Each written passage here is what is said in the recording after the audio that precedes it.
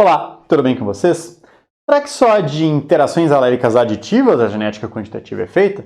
Quais são as possíveis interações aléricas observadas neste tipo de herança? Vamos descobrir?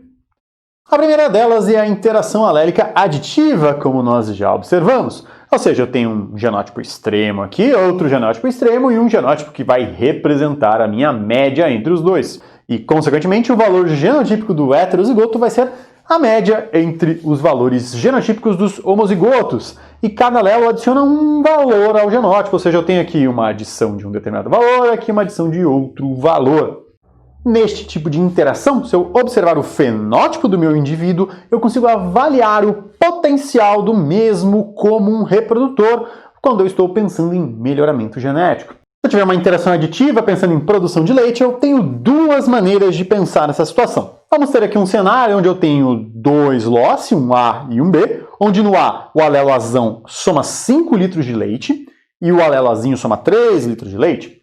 O alelo Bzão soma 2 e o alelo Bzinho soma 1. Pensando que o nosso basal é 0, ou seja, se eu tiver um indivíduo azinho, azinho, Bzinho, Bzinho, ele vai ser 3 mais 3, 6. Mais 1, 7, mais 1, 8. Eu posso então pensar que o meu basal é de 8 litros e que o azão soma 5 litros, que é na verdade a subtração de 5 menos 3, 2 litros.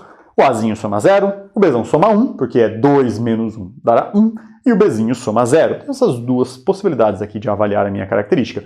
Eu avalio apenas o nosso intervalo, a nossa distribuição dos valores, ou então eu avalio como um todo a característica distribuindo entre os meus alelos, sendo muito mais fácil perceber aqui nessa nossa maneira de baixo. Vejam aqui então que nós temos no indivíduo azão, azão, Bzão, Bzão, uma produção de 14 litros, no indivíduo azinho, azinho, Bzinho, Bzinho, uma produção de 8 litros. Ou então, aqui o indivíduo azão, azão, Bzinho, Bzinho, com uma produção de 12 litros, vejam aqui, o meu basal é 8, por exemplo, e eu somo mais 2, 9, 10, mais 2, 11, 12, e o Bzinho não me soma nada. E aqui eu tenho o azinho, azinho, Bzão, Bzão, que vai produzir 10 litros, ou seja, o meu basal é 8, mais 1, vai dar um total de 10. Eu posso ter uma situação desses dois tipos de combinações de parentais, sendo eles aqui na primeira linha os parentais que são os meus extremos, ou então na segunda linha parentais que não são os meus extremos. Então, no total, a nossa geração F1 vai ser sempre nessas duas situações, azão, azinho, Bzão, Bzinho, ou seja, ela vai produzir 11 litros, que vai ser a média dos pais. Percebam aqui, 14 mais 8, 22. 22 divididos por 2, 11. 12 mais 10, 22. 22 divididos por 2, 11. Ou seja, a nossa geração F1, que é azão, azinho, Bzão, Bzinho, ou seja, 8 mais o azão, que está aqui representado mais 2, 9, 10, mais um Bzão, 11. Ela sempre será a média dos nossos parentais. Se por acaso eu observo a minha geração F1 tendo um valor médio dos parentais, muito provavelmente eu tenho uma interação aditiva. E como que eu verifico a nossa geração F2? Eu vejo todos os nossos genótipos aqui possíveis e vou simplesmente considerar que o meu basal é 8, o A representa mais 2, o Azinho representa mais 0, o Bzão representa mais 1 e o Bzinho representa mais 0 e nós podemos, consequentemente, compreender as possíveis combinações fenotípicas aqui. Vejam que nós temos o nosso extremo de 14 e o nosso extremo menor de 8, uma distribuição de 9, 10, 11, 12, 11, 10, dependendo da quantidade de alelos que contribuem aditivamente para a nossa característica que cada um desses nossos indivíduos aqui carrega. Mas o mais importante nisso tudo é que se eu calcular a média da minha geração F2, ou seja, somar todos esses valores e realizar uma divisão pelo meu número total, pelo meu 16, eu terei 11 litros também observados. Assim sendo, num tipo de interação aditiva na genética quantitativa, a média dos nossos parentais será o valor médio da F1 e o valor médio da nossa F2 também. Mas é aquela situação onde os meus parentais não representam os extremos da minha espécie. Vamos pegar um exemplo aqui de galinhas Hamburgo com galinhas Sebright Bantam, ou seja, galinhas grandes com galinhas pequenas. Se eu cruzar aqui galinhas grandes com galinhas pequenas, eu terei galinhas de tamanho intermediário na minha geração F1, que serão a média da minha geração parental. Se eu ver a minha geração F2, cruzada a partir da minha geração F1, eu terei a média dela sendo igual à média dos meus parentais. Entretanto, serão observadas galinhas maiores que a Hamburgo e galinhas menores que a Sebright Band, considerando os meus extremos.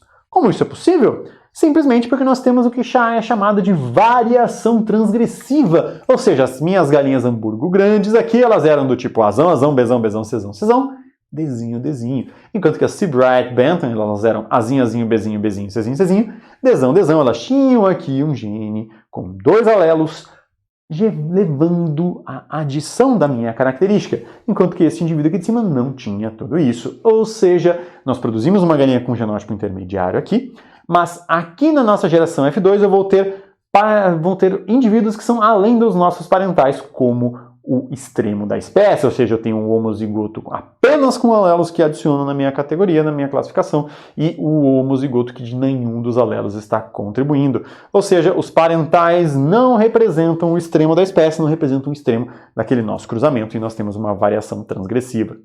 Outra possibilidade é termos uma interação alélica dominante, ou seja, o alelo azinho, quando em homozigose, ele não adiciona nada na minha característica, enquanto que a presença de um alelo azão, ele já adiciona na nossa característica. Logo, o indivíduo azão-azão e o indivíduo azão-azinho têm a mesma quantidade ou a mesma somatório ao nosso valor de característica que está sendo avaliado. Nós podemos ter uma situação aqui, então, que o genótipo do heterozigoto ele tem exatamente o valor igual ao genótipo do homozigoto quando nós observamos os fenótipos finais. O alelo azão ele domina sobre o alelo azinho, bastando haver um único alelo azão para que a manifestação do fenótipo ocorra. E agora nós não vamos avaliar alelos como avaliamos até então, nós vamos avaliar um locus inteiro de uma única vez. E nessa situação, quando eu estou pensando num programa de melhoramento, eu não consigo olhar apenas para o fenótipo do indivíduo e predizer com segurança qual é o genótipo do mesmo, porque tanto o indivíduo azão-azão quanto o indivíduo azão-azinho apresentam o mesmo fenótipo e eu não consigo avaliar o valor desses nossos indivíduos como reprodutores. Vamos perceber nesse nosso exemplo aqui. Vejam. Um parental azão, azão, bezão, bezão é cruzado com um parental azinho, azinho, bezinho, bezinho, ambos parentais puros aqui avaliados. Percebam o nosso fenótipo azão, azão, bezão, bezão, ele apresenta 120 unidades de uma determinada característica, enquanto que o azinho, azinho, bezinho, bezinho apresenta apenas 20 unidades. Quando eu produzo a minha geração F1, ela vai ser uma geração de azão, azinho, bezão, bezinho. Entretanto, ela tem 120 unidades da minha característica, e não uma média entre os meus parentais. Justamente eu assumi o valor aqui desse meu parental que apresentava azão, azão, bezão, bezão, porque eu tenho azão, logo eu tenho a minha característica, o meu somatório. Eu tenho bezão, eu tenho essa minha característica. Eu posso calcular a contribuição de cada um deles se eu pensar aqui em amplitude, ou seja, de 20 até 120 eu tenho 100. Eu posso dividir esse 100 por 2, eu vejo que se eu tenho azão, eu somo 50. Se eu tenho bezão, eu somo 50. Se eu tenho azão, azão, eu somo 50 do mesmo jeito. Se eu tenho bezão, bezão, eu somo 50 da mesma maneira. Assim, avaliando todos os possíveis genótipos na nossa geração F2, nós vamos ter aqui um valor médio de 95 unidades, ou seja, eu estou deslocando a nossa média para o lado de um dos parentais. Assim, nós temos uma inclinação da nossa distribuição para o fenótipo conferido pelos alelos dominantes. A nossa curva ela vai ser brevemente assimétrica, distorcida para o lado do nosso genótipo dominante. Ou seja, eu não tenho uma distribuição normal completamente simétrica. Ela é assimétrica ou não simétrica. Outra possibilidade aqui é termos um efeito parcialmente dominante, ou seja, eu tenho aqui o meu azão-azão, eu tenho aqui o meu azinho-azinho, os meus extremos, e o meu azão-azinho ele é levemente deslocado para o lado, por exemplo, do dominante, do indivíduo homozigoto dominante, e não a média entre os dois aqui observados. Sendo possível também esse mesmo deslocar, mas para o outro lado, ou seja, onde eu tenho uma parcial dominância do outro alelo. O que importa é que um dos nossos alelos vai ser parcialmente dominante, ele desloca um pouco aqui o valor obtido no nosso heterozigoto. Por fim, nós podemos ter uma interação sobredominante. A interação sobredominante é aquela que, novamente, nós vamos avaliar loco a loco, mas que o indivíduo heterozigoto é melhor, ele tem um desempenho maior que o nosso indivíduo homozigoto dominante. Ou seja, avaliando loco a loco, mas agora o tipo de distribuição aqui ela é um pouco diferente. Por quê? Porque nós temos o heterozigoto superior aos homozigotos. nós observarmos uma interação sobredominante considerando dois genes, nós vamos ter uma situação tal como azão, azinho soma 3, azão, azinho dá um valor de 3, azão, azão dá um valor de 2 e azinho, azinho dá um valor de 1. Percebam aqui que eu não tenho o meu basal, porque mesmo no meu azinho, azinho eu apresento um valor. Se eu estivesse falando com um basal, esse meu basal aqui desconsiderando B seria 1, aqui seria 0 e 2. Então aqui eu simplesmente devo somar esses meus valores. Para Bzão, nós temos Bzão, Bzinho 8, Bzão, Bzão 6 e Bzinho, Bzinho 4. Logo, se eu levo em consideração o indivíduo que é azão, azão, Bzão, Bzão, eu devo olhar aqui 2 mais 6, ele é um indivíduo de 8. Se eu olho aqui para o meu outro indivíduo azinho, azinho, Bzinho, Bzinho, o azinho, azinho é 1, Bzinho, Bzinho é 4, 5. Logo, 5 mais 8 me dá uma média de 6,5. Ou então eu posso ter uma outra situação onde meus parentais eles são azão, azão, Bzinho, Bzinho, azão, azão me soma 2, Bzinho, Bzinho me soma 4, logo eu tenho 6. Se eu olhar aqui azinho, azinho, Bzão, Bzão, eu vou ter 7 com o meu resultado final e a minha média também será 6,5. Mas quando eu olho para a minha geração F1, eu vou ter azão, azinho é 3, Bzão, Bzinho é 8, 8, 9, 10, 11. E aí a nossa geração F1, numa interação sobredominante na genética quantitativa, sempre terá o maior valor. Ela será maior que qualquer um dos nossos parentais aqui observados.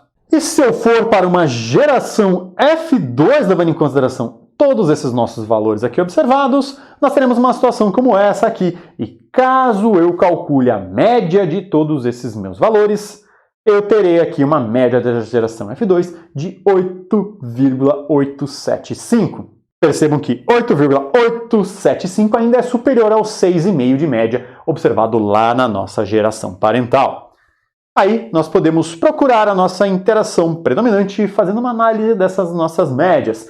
Se eu tenho a média da geração dos progenitores, a minha geração parental, igual à média da geração F1, igual à média da geração F2, eu tenho uma interação aditiva.